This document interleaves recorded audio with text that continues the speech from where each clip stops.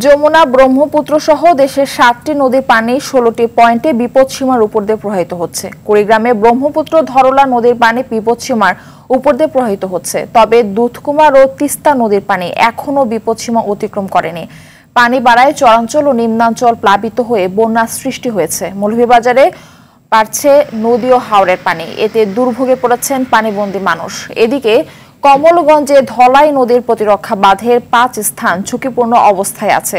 বন্যা অপরিবর্তিত রয়েছে হাওর তীরবর্তী জুড়ি, বড়লেখা ও উখাউড়া উপজেলায়। সিলেটে বন্যা পরিস্থিতি অপরিবর্তিত আছে, তবে উজানে বৃষ্টিপাত না হওয়ায় সুনামগঞ্জে সুরমা, কুশিয়ারা সহ সব নদীর পানি কমছে।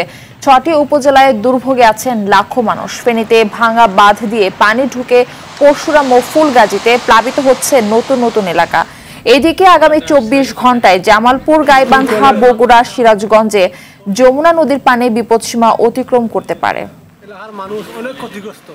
একবার আইছে পানি, আরেকবার আইছে পানি, আমরা যে বড় কষ্টত আছি। বাড়িতে ২ দিনও থাকতে পারলাম না, ওখানে আবার লইয়া দৌড়ে রাম। বন্যার কারণে মানুষ ত্যক্ত বিরক্ত হয়ে গেছে। কতবার মানুষ আশ্রয় কেন্দ্র যাইবো আর আইবো, গড়েতে পানি উঠলে পরে